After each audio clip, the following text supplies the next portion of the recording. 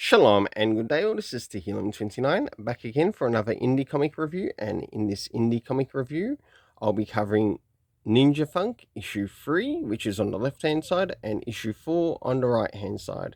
I'll be reviewing them together as one story, but I'll be racing both of the covers as a cover each, and the art as well, also as overall one. So, starting off with first things first, do these covers in any way, shape, or form connect to something that's happening inside with the story?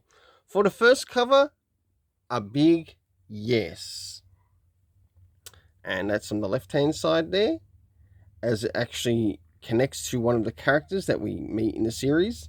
Moving to the second cover, not so much. I really felt the cover didn't quite suit what was happening in the story. So for the first cover on the left hand side, I gave it a 7 out of 10, and for the second cover, a 6 out of 10. Now it's time to move into the internal art, to which I'll show you the internal art as well as some of the things that are happening story wise in relation to both of the issues. So as we move into the first one, we actually catch up with some of the previous characters from the last couple of issues. We, of course, catch up with McFly and Laserwolf. Of course, with some of the violence that happens on scene. And, of course, the very person who actually appears on the cover. And her name is Queen B-A-D, or Queen Bad.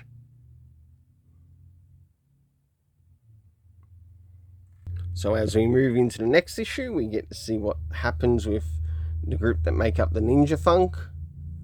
And we also get somewhat of a short reunion with a character. As we draw closer to some of the things that are happening inside with the story, we catch up with McFly and also what Queen Bad is doing once again. And last but not least, towards the end, and as you can see here, this story will be returning back in summer of 2023.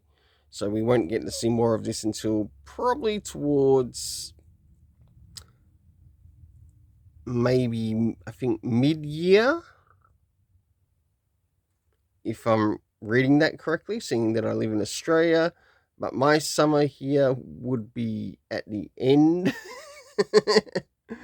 So, towards the end of the year. So for the internal art, I gave it a 6.5 out of 10. Now it's time to move in relation to the story.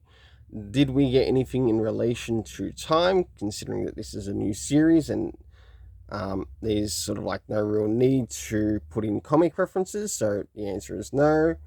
Next area is location, to which it only showed up in the second issue that we see here, which is issue 4, and it was called Somewhere Safe.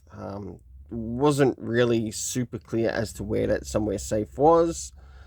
A cast of characters that showed up between both of the issues were McFly, Wolfgang, Laserwolf. We had Queen Bad. We also had Skrillex, Steve, and I think it's Dipshow or something like that. Sorry about that. Terrible writing, which I'm trying to interpret. For the overall story rating, I gave it a 6.5 out of 10. Until then, let's keep it colourful and have yourself an awesome day.